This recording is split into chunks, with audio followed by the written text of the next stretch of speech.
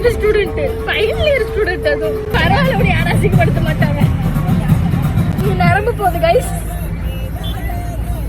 இரு, நான் வெயிட் பண்ணுங்க. சிறிய இடைவேளைக்கு பிறகு உங்களை வந்து சந்திப்போம். பாய் பாய். போயிடுச்சு பாரு.